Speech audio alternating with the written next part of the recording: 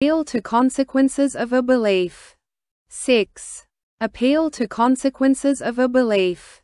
An appeal to consequences, or argumentum ad consequentiam, is a logical fallacy where the truth or falsity of a proposition is judged based on the desirability or undesirability of its consequences, rather than its actual validity. Arguments of this type are fallacious because the consequences of a belief are not necessarily related to its truth value. For example, a belief may have good consequences but still be false. 2 forms of the appeal to consequences. This fallacy has 2 main forms. Positive consequences, arguing that a proposition is true because its consequences are desirable. Example: if we don't believe in a divine punishment after death, then there would be no moral order, and everyone would get away with their bad behavior. I don't want that, so there must be a divine punishment. Negative consequences, arguing that a proposition is false because its consequences are undesirable.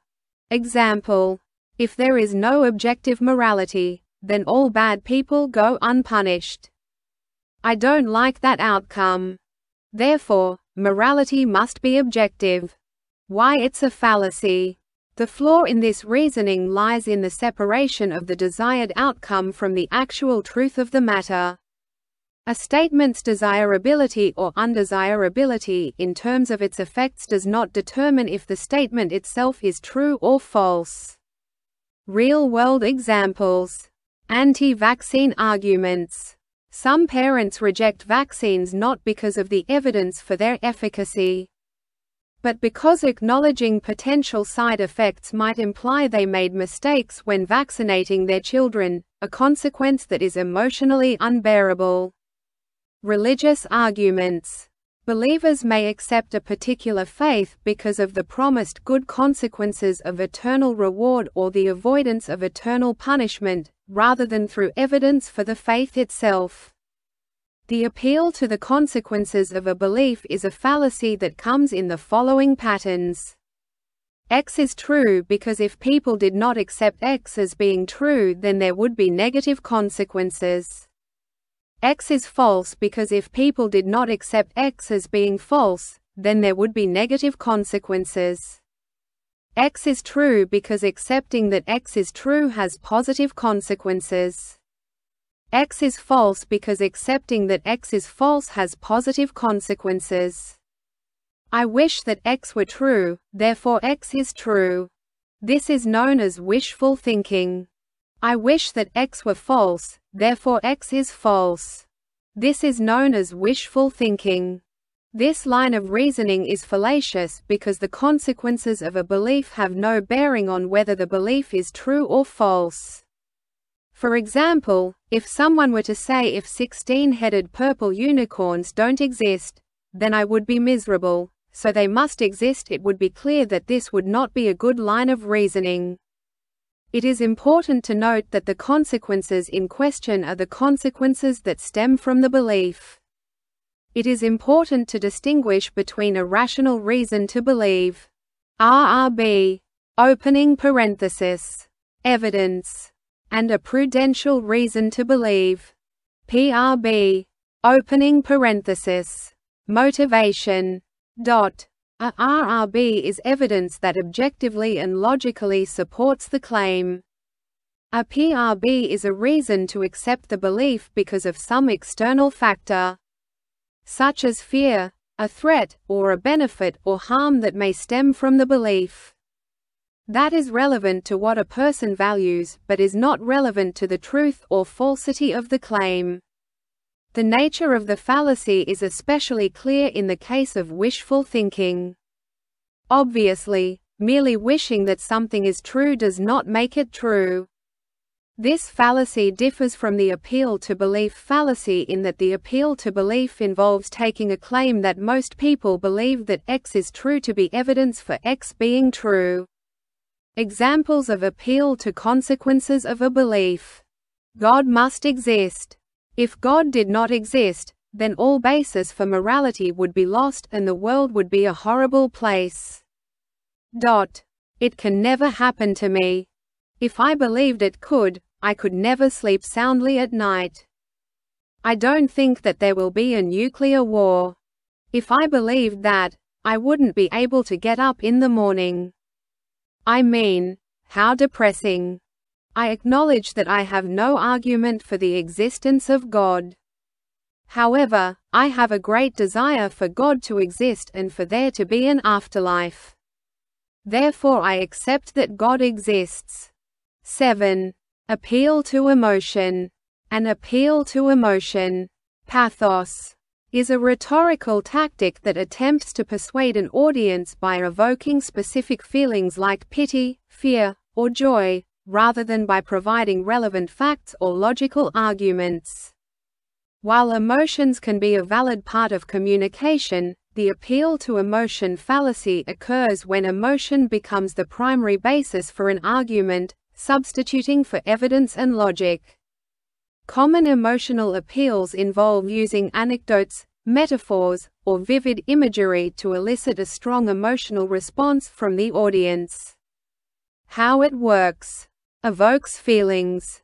The speaker or writer uses loaded language, evocative stories, or striking images to make the audience feel a particular emotion, such as sympathy, anger, or happiness. Bypasses reason. Instead of presenting a sound argument supported by evidence, the focus shifts to the audience's emotional reaction to a situation or idea. Examples of tactics. Anecdotes. A brief, personal story that illustrates a point and creates an emotional connection. Metaphors and similes. Comparing something to an emotionally charged concept, such as calling a misleading argument a red herring. Visuals. Using images of cute animals or struggling individuals to create sympathy or urgency. Why it can be fallacious. Lack of evidence. The argument relies on feelings rather than on data, facts, or reasoning. Misdirection. Emotional appeals can distract from the lack of substance in an argument. Manipulation. In some cases, appeals to emotion are used to manipulate people into agreeing with a claim without proper consideration. Legitimate versus fallacious appeals. Legitimate use. Emotions can be valid tools for making an argument more relatable or for connecting with an audience on a deeper level, as long as they complement, rather than replace, logical reasoning. Fallacious use. The fallacy arises when the appeal to emotion is the sole or primary justification for a claim, ignoring the need for evidence and rational thought. An appeal to emotion is a fallacy with the following structure. Favorable emotions are associated with X. Therefore, X is true. This fallacy is committed when someone manipulates people's emotions in order to get them to accept a claim as being true. More formally, this sort of reasoning involves the substitution of various means of producing strong emotions in place of evidence for a claim. If the favorable emotions associated with X influence the person to accept X as true because they feel good about X, then he has fallen prey to the fallacy.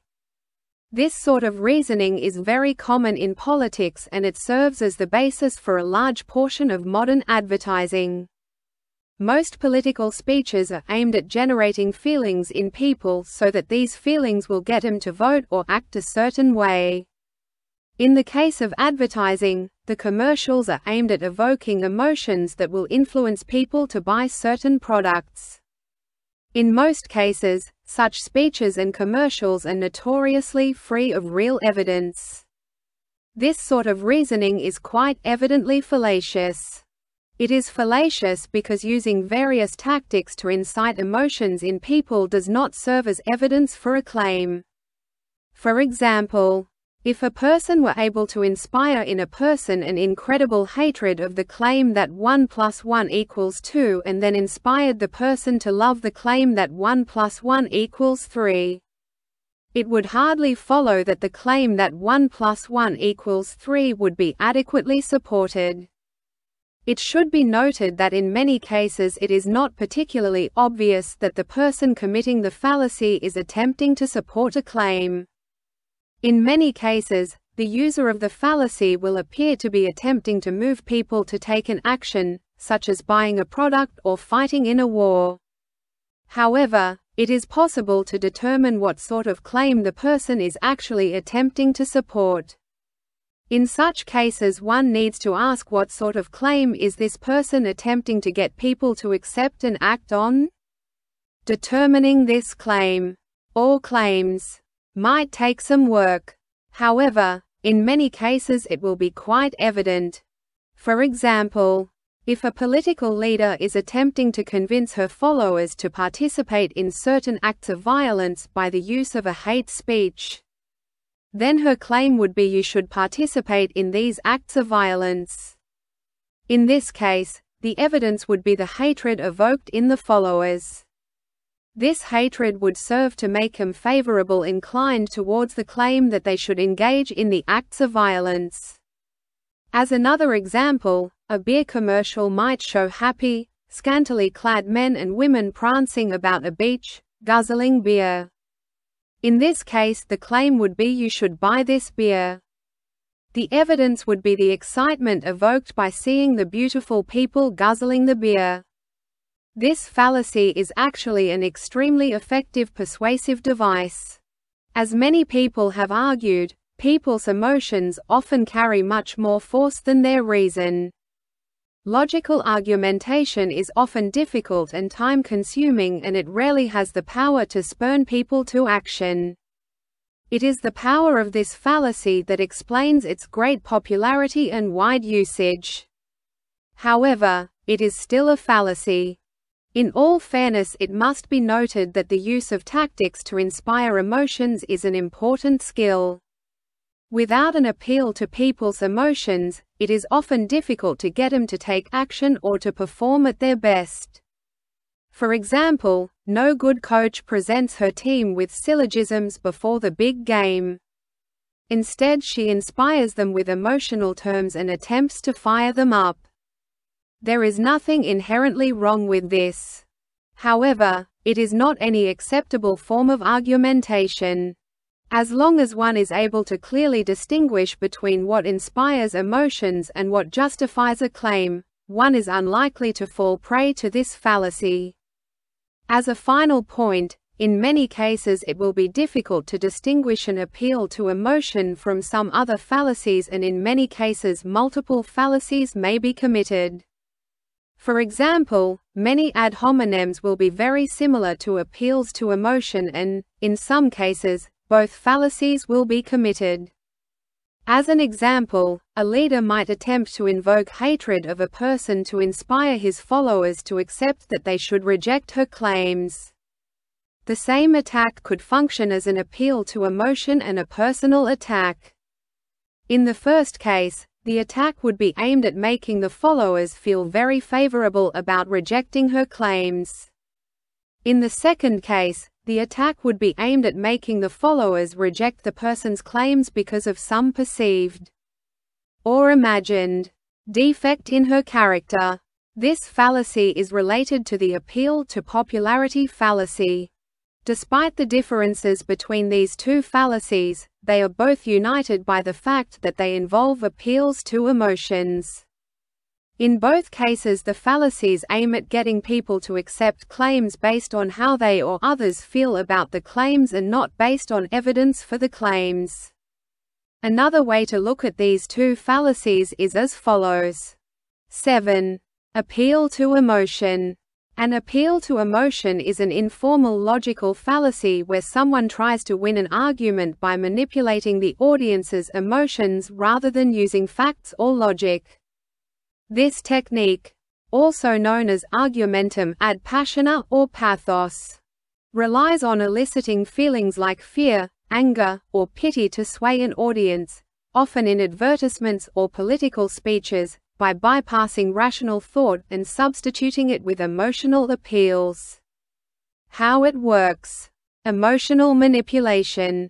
The core of this fallacy is the deliberate attempt to evoke strong feelings in the audience to make them more receptive to a particular conclusion.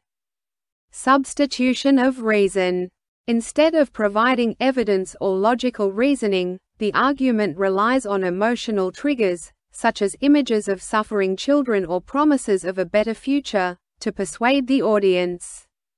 Widespread use. Appeals to emotion are common in various forms of communication, including advertisements, political campaigns, and propaganda, where emotions are a simple and effective means of influencing behavior and thought. Why it's a fallacy. Irrelevance of emotion. While emotions can be relevant to arguments, the appeal to emotion fallacy occurs when feelings are used as a substitute for evidence. Bypassing logic. This type of appeal encourages irrational beliefs or behaviors by overriding an audience's ability to analyze an argument's logical basis. Unconscious influence. Emotions can influence our reasoning subconsciously, making us more vulnerable to arguments that are unsound but emotionally compelling. Examples. Charity ads. An advertisement showing sad images of suffering animals to encourage donations, rather than providing data on the charity's effectiveness. Political promises. A politician promising a prosperous future to distract from the lack of a concrete plan for economic issues like inflation. Product marketing. An advertisement suggesting that buying a particular product will make you the happiest person, playing on the desire for happiness rather than detailing the product's actual benefits.